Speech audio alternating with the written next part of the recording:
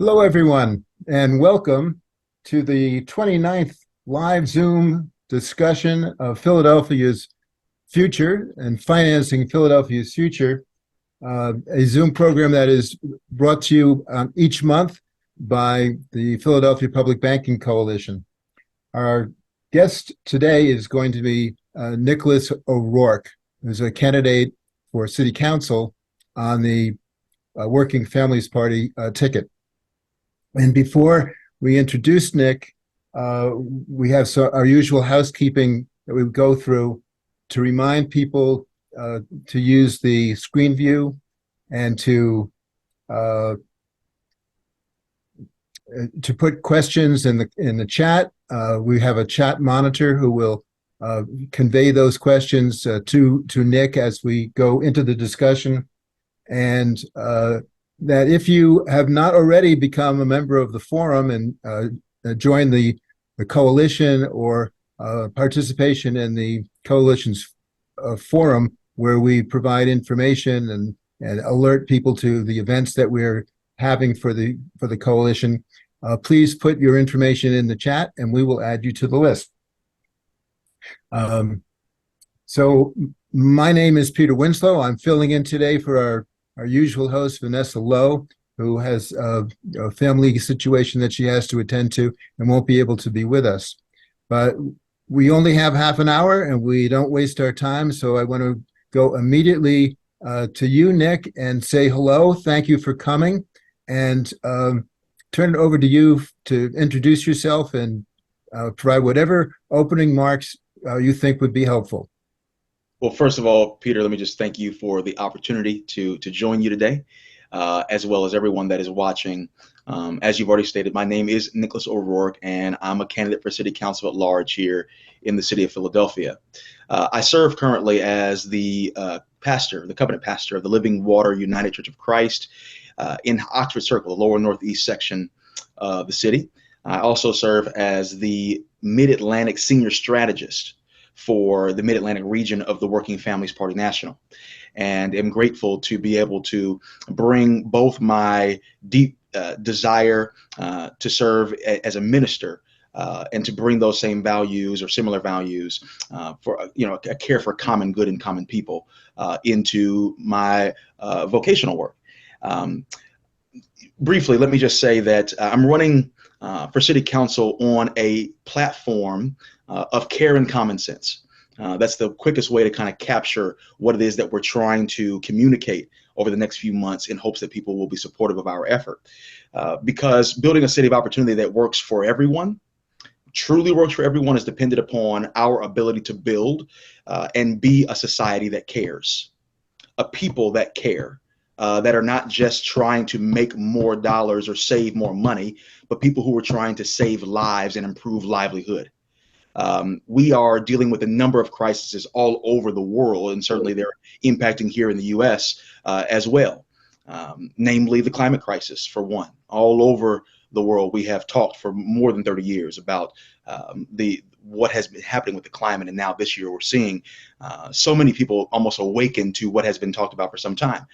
There are things that we can do at the city level to help address that, and certainly here in the city of Philadelphia, sixth largest city in the country, we can lead on that front. It may be lofty in some people's mind to talk about the reduction of the carbon footprint, but there are ground floor, municipal level issues that can be addressed there. What does that mean? It means that if we are creating green spaces in our city, it actually will have a correlation to people's cognitive abilities. We know that some reports have come out that people who are not around green spaces, or where there's not shrubbery or what have you, generally it has an impact on their mind and their mental health. And not only that, it's literally hotter in some sections of the city than it is in others. Recently, we saw the cloud coverage or the smoke coverage that came down from Canada, from the wildfires, reminding us on one hand that borders are things that we make up in our minds and they're not real, but also two, that at that time, while the smoke was coming over the city, there was one of those days where Philadelphia had the poorest air quality in the world, I think they said. And the reason why that was the case was because outside of Fairmount Park, the city's so old, it's been so much trees and so much greenery has been leveled that it helped create that sort of a unique problem for us that day. We can do something about that at the city level, and we must. I think it requires investment. Not only there, we have a housing crisis across this country. I think a lot about this because my wife and I are still trying to find a place for us to begin and have our first little home to build a family, and it's very challenging to do so.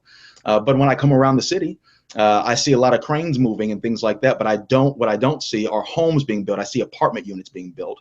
And I think we need to raise questions at a city level about land use, how we're using the land, what we're using that land for, who we're building for. Certainly, if we're going to address the housing crisis, we must build, we must develop. But the question becomes, what are we building and who are we building for? Are these just apartment units for that cost $2,000 or $3,000 a month that are only going to be affordable for people who don't even live here and will leave here after 2 years? That's something that we should seriously ask ourselves and shift our focus to invest in the sort of infrastructure and housing in the city that's going to keep our residents who have been here for generations here so they can have access to affordable housing. Not only that, certainly the number one issue across the city has been crime. Something in the proximity of crime, public safety, security, something along those lines. If you ask anyone in the city, at least I have, consistently, that becomes the first thing that they say is of concern for them. This is not only in Philadelphia, across the country, in every city, and heck, even across the Commonwealth, certainly in 2020 and 2021, every county had some sort of uptick in crime. And so it is important for us to pay attention to this if this is something that people are genuinely concerned with.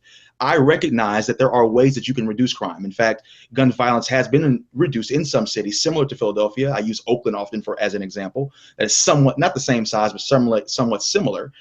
Was able to reduce the crime, but it took about 10 years, and it took sustained investment in various areas of that community to be able to bring those numbers down. We can do that in Philadelphia. We're much larger than Oakland.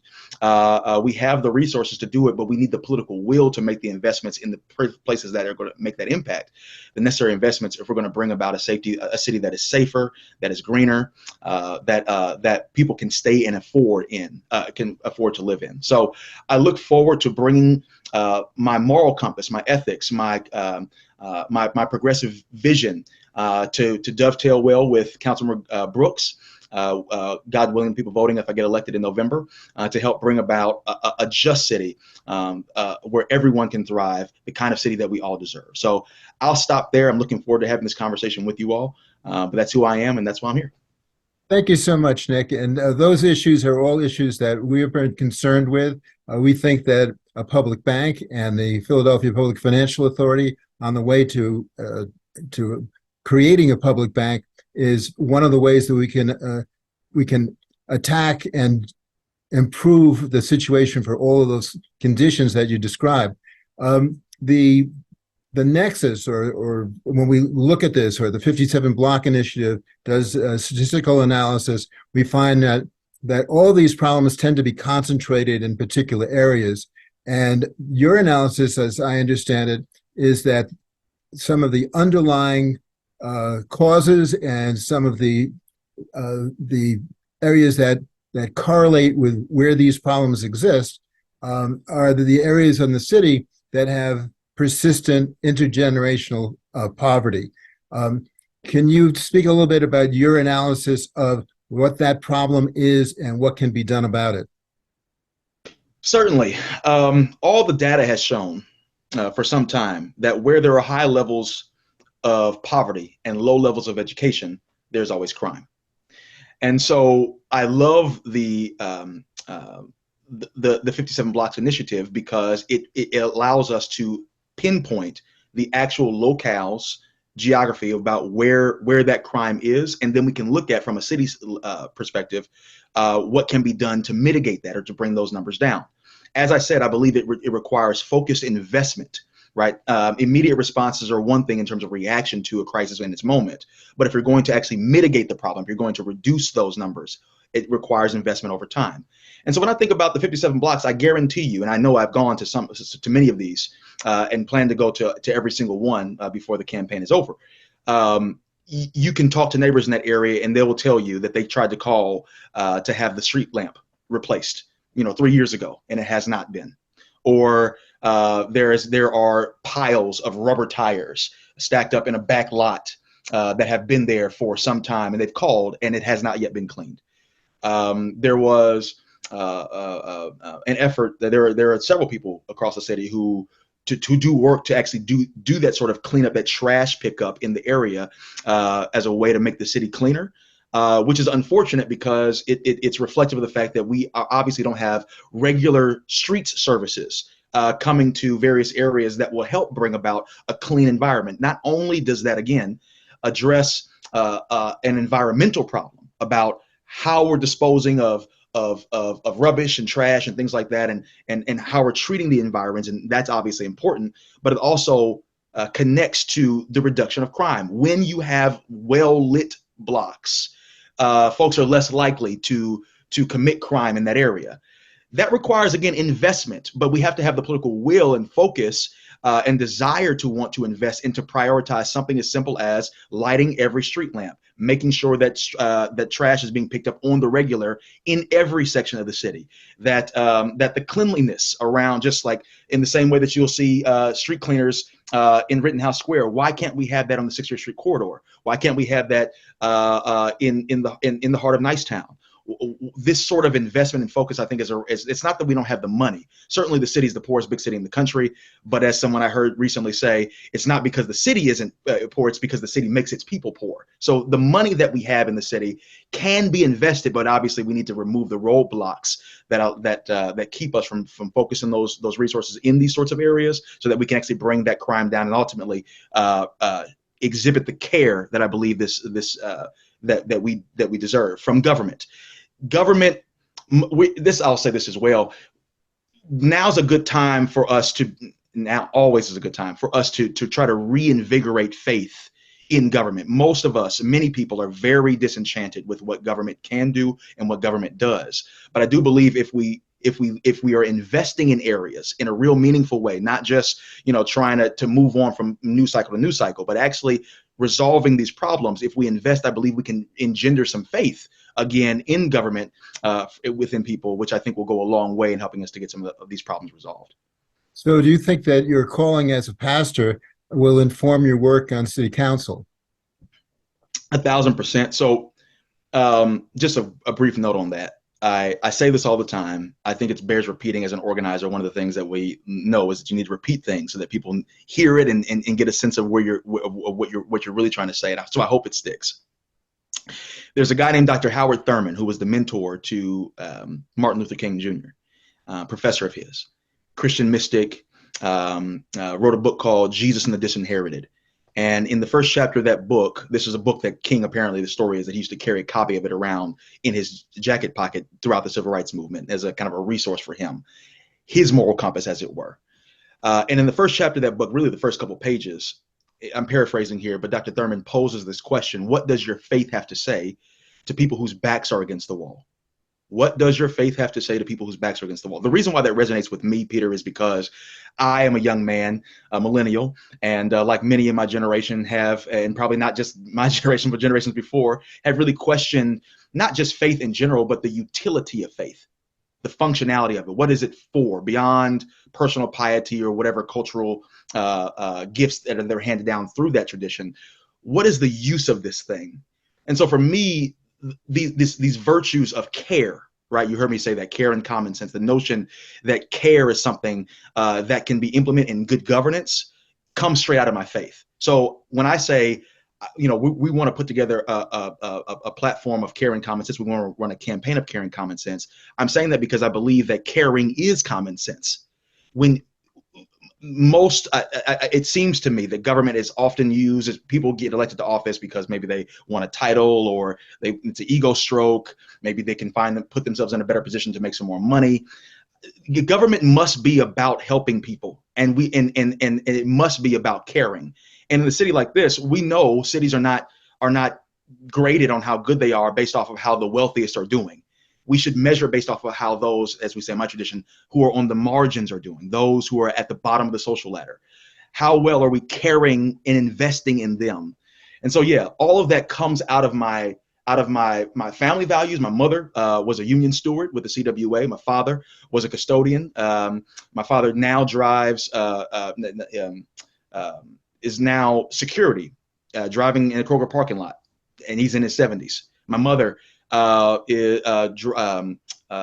moves folks, elder folks at Phoenix from various homes to various homes.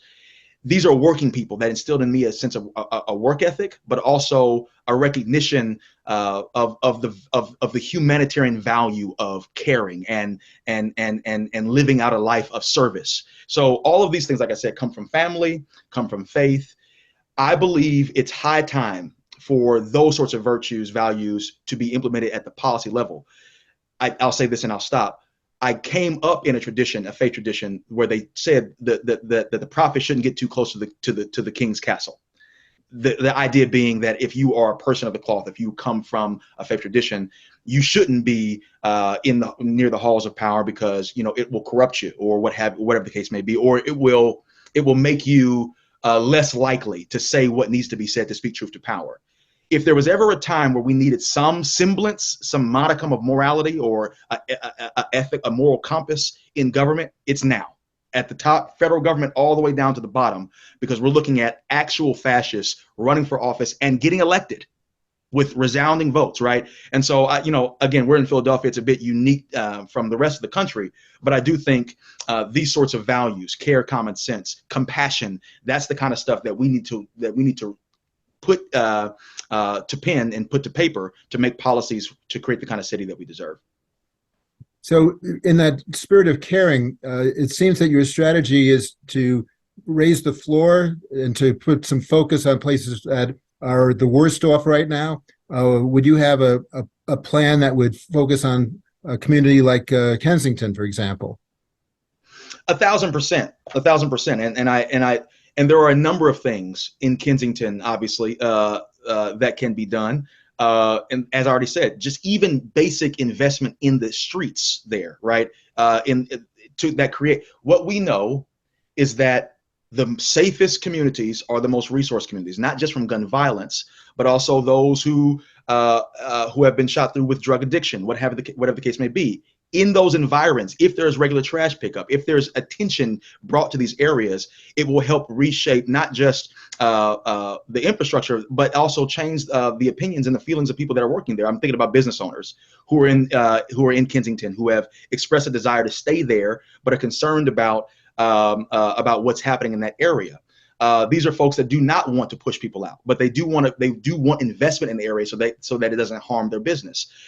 But we need to remove the roadblocks to getting investment in those areas. I think a public bank, for example, would be a great way for us to remove the bureaucracy that would have us to be an analysis paralysis about how best to place our money. If the people are the ones that are saying, hey, we lament quite a bit the loss of quality of life as well as the loss of actual life that we see happening in Kensington and Allegheny. What would it look like for us to be serious about investment in this area, so that way we can get those who need resources or what have you here, to get those resources to them? So that's something I would look at, that I would like to see happen, is again, remove any obstacle to making sure that people who in the major issues, we can say K&A has been a major issue in a number of election cycles at this point. We got to take it seriously, but again, I think there are roadblocks in the way from it, from those necessary investments, and I'm looking forward to removing those upon being elected. We are too. One of the projects that we're planning is a Bring Our Money Home program, which would direct resources that the city has and city pension funds and some of the endowments and so on, instead of being invested in a more global sense, to focus some of those resources in Philadelphia. Is this something that you would support? Absolutely. Again, Philadelphia, poorest big city in the country, not because the city, capital C, is poor, but because the city makes its people poor. And so, yes, we need to be any opportunity that we can have to invest resources into specific communities. I love the 57 blocks reference. Among other areas, I believe that we are governing with a sense of care, and it's common sense, because it's going to save us money too. If we make those sorts of investments, it actually saves dollars on the long haul as well as saving lives. As a question of sort of off the wall, but maybe informed by your faith traditions and so forth, there are some communities, some municipalities and states around the country that have been experimenting with guaranteed income programs. The results of those programs in terms of stabilizing families and stabilizing people's finances has been really quite remarkable in many places. Is this something that you would support as well? Thank you for asking this question. In the same way that the public bank is something that needs to be more widely known, sometimes we overcomplicate the process. I think in terms of how we govern. If you want to eradicate poverty, the way that we do that is making sure that people have money in their pockets. Right? We don't have to make that more complicated than it is. People don't have resources. They don't have access to wealth. They don't have access to money. So what would it look like, Karen, common sense, if our government, in the same way that it all of a sudden became a bright idea when the lockdowns took place, right? COVID hits, we can't go anywhere else. All of a sudden, when we were limited with resources, the one thing that made sense across the political aisle, mind you, was sending checks to Americans across the city. $1,200. I believe it was Bernie Sanders that was standing in the well of the Senate with a big poster that had a check. It was a check for $1,200 and making this proposal that ultimately the president at that time, the former President Trump, was championing as well. Signed his big signature on the check that came in the mailbox to many people. So again, collapsing the complicated policymaking process and just thinking about what does it mean to eradicate poverty? What does it mean to attack poverty? What does it mean to live in a city, the poorest big city in the country, and want to do something about that? It means removing the obstacles that keep money out of people's pockets. I'm thinking about not just that we're the poorest big city in the country, but we're largely a city of people of color, Black folks, large population of the city, other people of color as well. And generally, it's us who are at the bottom of that ladder. So how can we streamline that? I think Dr. King talked about this as well, right? A guaranteed income, right? Universal basic income, UBIs. He proposed this in the 60s, right? When he made references to, we just celebrated the 60th anniversary of the March on Washington for Jobs and Freedom, which people forget that's what it was, for jobs and freedom. He made a reference not too long after that, and Where Do We Go From Now? It was his last book before he was assassinated. And he talked about how, in addressing poverty, in addressing some of these issues, what we may need to do is bring up some sort of plan. He referenced A. Philip Randolph and made a reference to the Marshall Plan. But within that, basically what he was suggesting is that if we gave people just basic dollars, gave them a check, that would go a long way in helping us to move that needle. But as long as we overcomplicate it and create more obstacles, more hurdles to people getting resources and money, of course, we're going to continue to bake in poverty into our country. And so, yeah, I believe that it's a faithful thing. Again, this is an example of caring common sense to me, but also I think it's a practical approach that, as you have rightly said, we see happening across the country. California, there's some cities there, I think, that have tried. I think there's one in Illinois as well. And we are seeing we're hearing some good things about that. And of course, again, just referencing again those checks that came in during the lockdowns. These are good ideas. We should not shy away from them. We should go forward with them to see how we might bring them to scale for a city like Philadelphia. We have issues. You talked about housing before, and there is so much complexity to the housing issues that are involved. We see apartments going up rather than private homes. We see investors coming in from outside the city to take property, buy up property that has been in families maybe for generations, and turn that property from ownership into rental, and to gentrify it and make it very difficult for people to stay, for communities to remain cohesive. Do you see that there is a role for the financial authority and the public bank in supporting folks so that they can stay in their homes and build the equity of home ownership that is part of the American dream? 1,000%. 1,000%. I grew up in a home in a household that recognized that, or was told that home ownership was kind of the building block to long-term wealth. And so those, the difficulty with how things are the difficulty with development in the city right now is, again, not presenting a lot of opportunities or options for home ownership.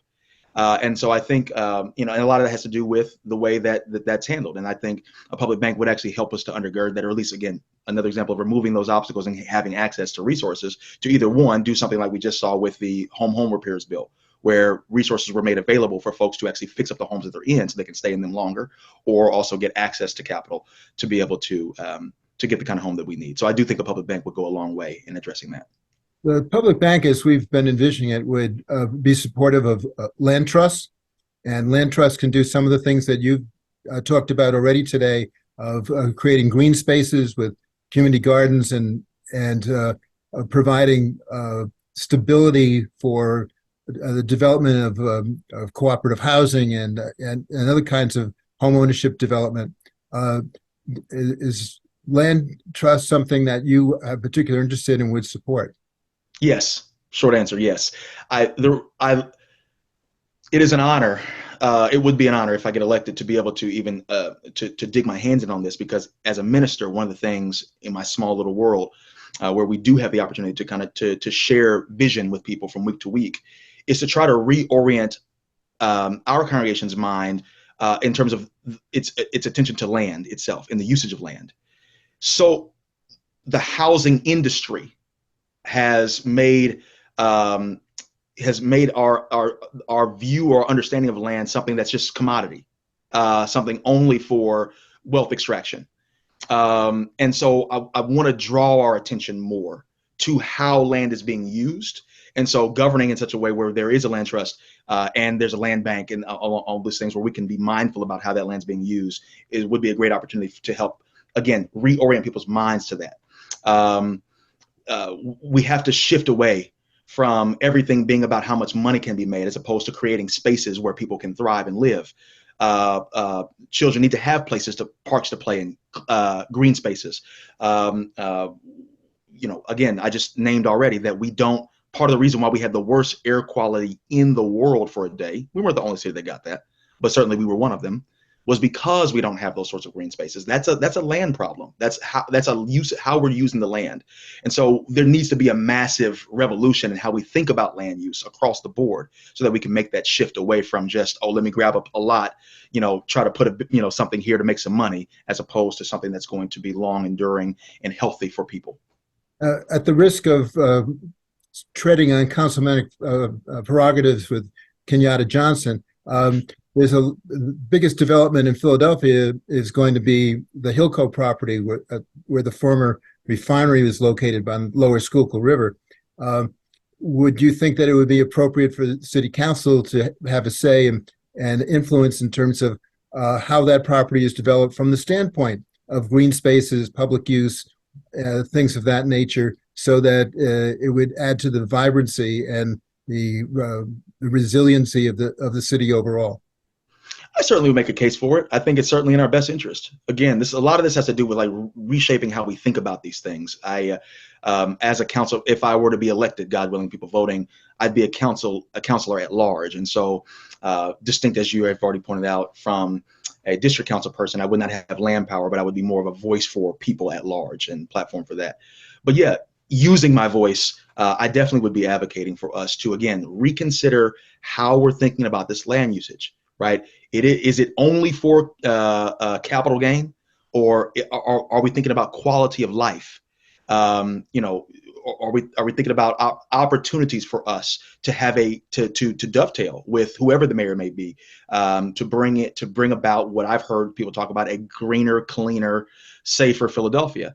That requires us to think critically, collectively, about how this doesn't just save dollars but improves lives. How does this reshape the city in such a way where it is a leader across the country about what a greener city looks like?